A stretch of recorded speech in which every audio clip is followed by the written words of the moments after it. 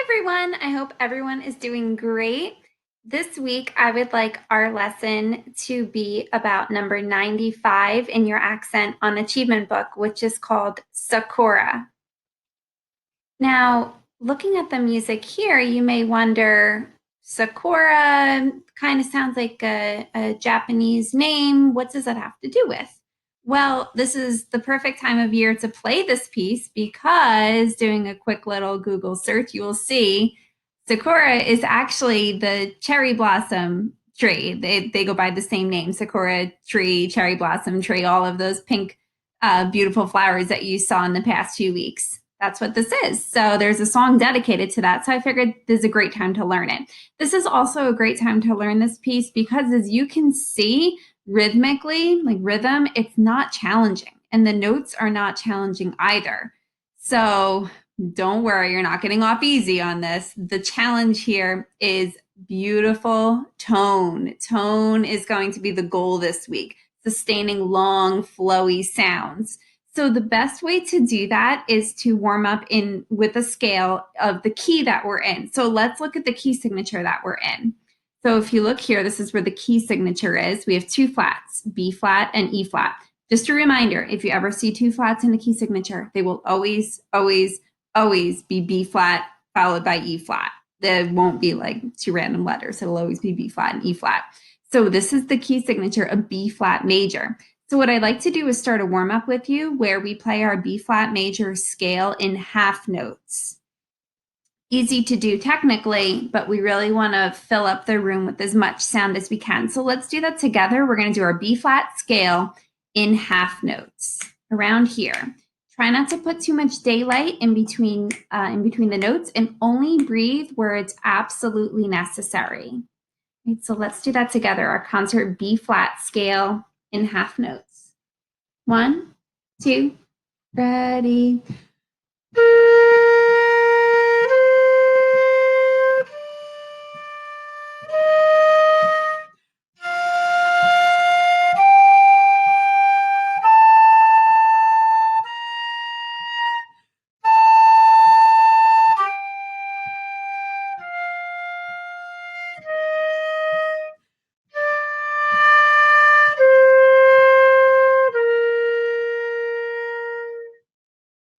Okay, let's return back to our music now that we have the idea of the style in mind.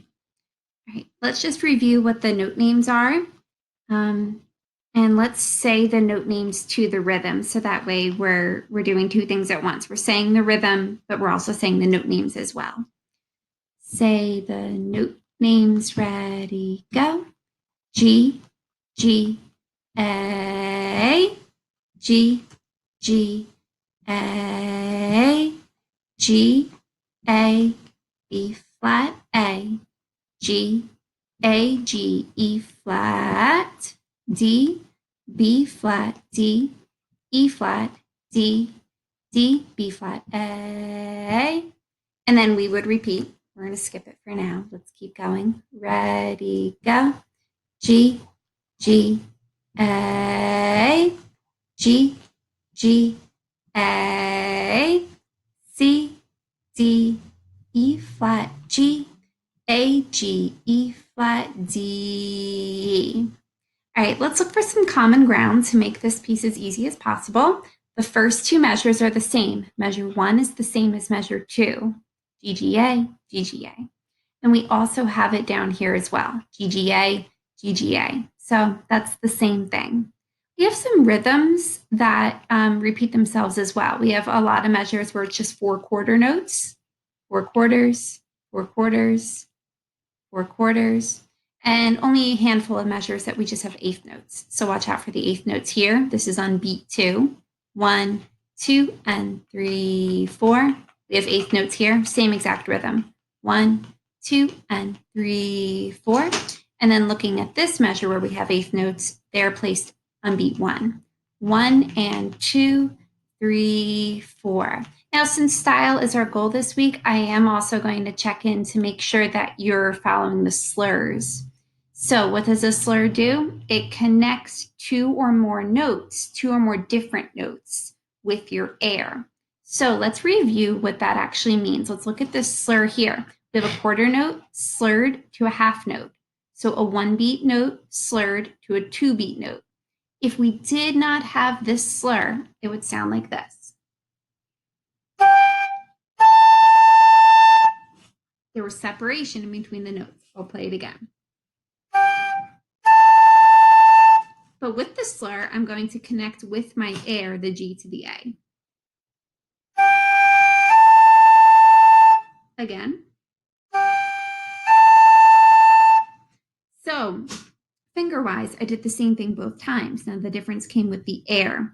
So the first time I played with my air, quarter, half. The second time when I actually slurred, I technically played a dotted half note, a note that got 3 beats. But I just moved my fingers halfway through. So let's look at, since this is the same, we'll skip it. Let's look at this measure here. Now, the slur is over 4 notes, and each of them get a beat. So technically, our air, as far as our air is concerned, we're playing a whole note. But we're moving our fingers throughout the measure. So it'll sound like this.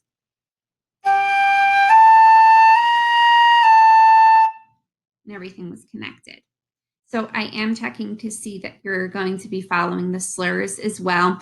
Probably the hardest spot that the slurs are going to be are right here in measure 4 and then here. So how about we practice those together? Let's just practice this together, playing A, G, E flat. Let's just tongue it through once, just tonguing it. Ready, go. Again, go.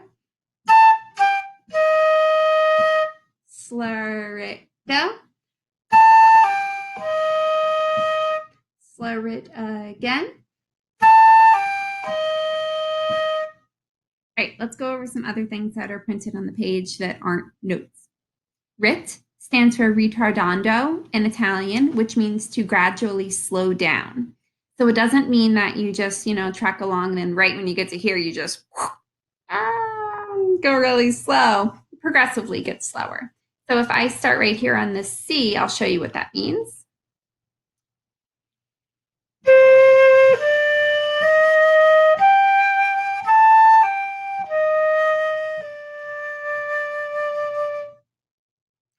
And then this marking over the D is called a fermata.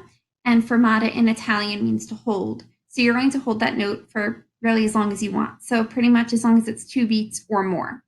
That's fine. And then also we have andante. Andante actually comes from Latin or Spanish. The root of the word means to walk. If anyone here speaks Spanish, andar means to walk. So this means walking tempo.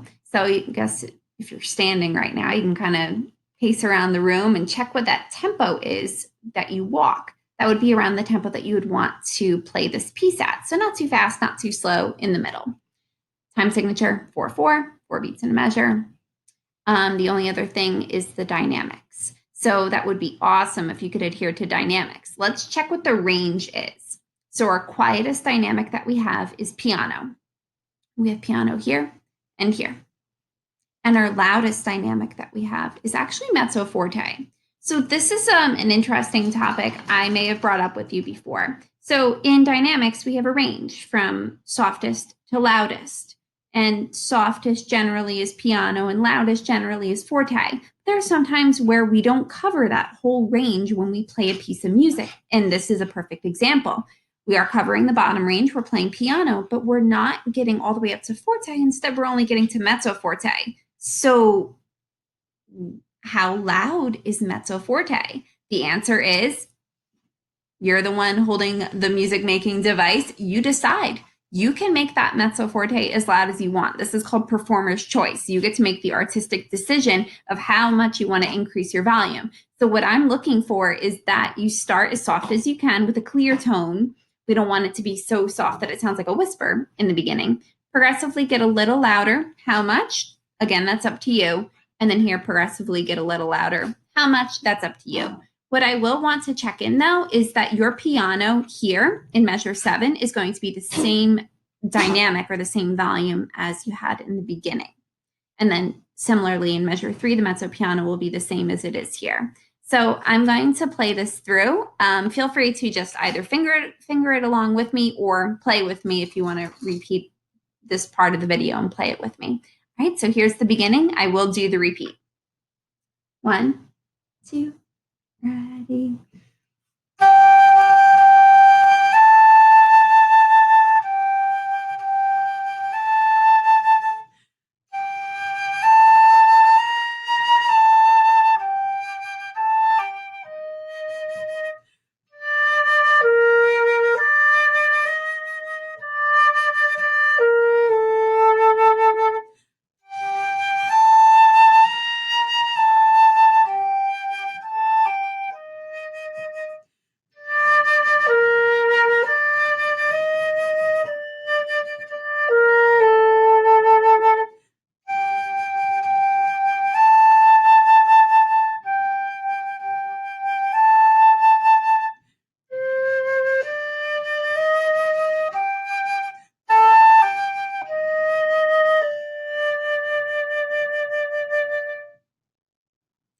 And that's it. Have a great day, everyone.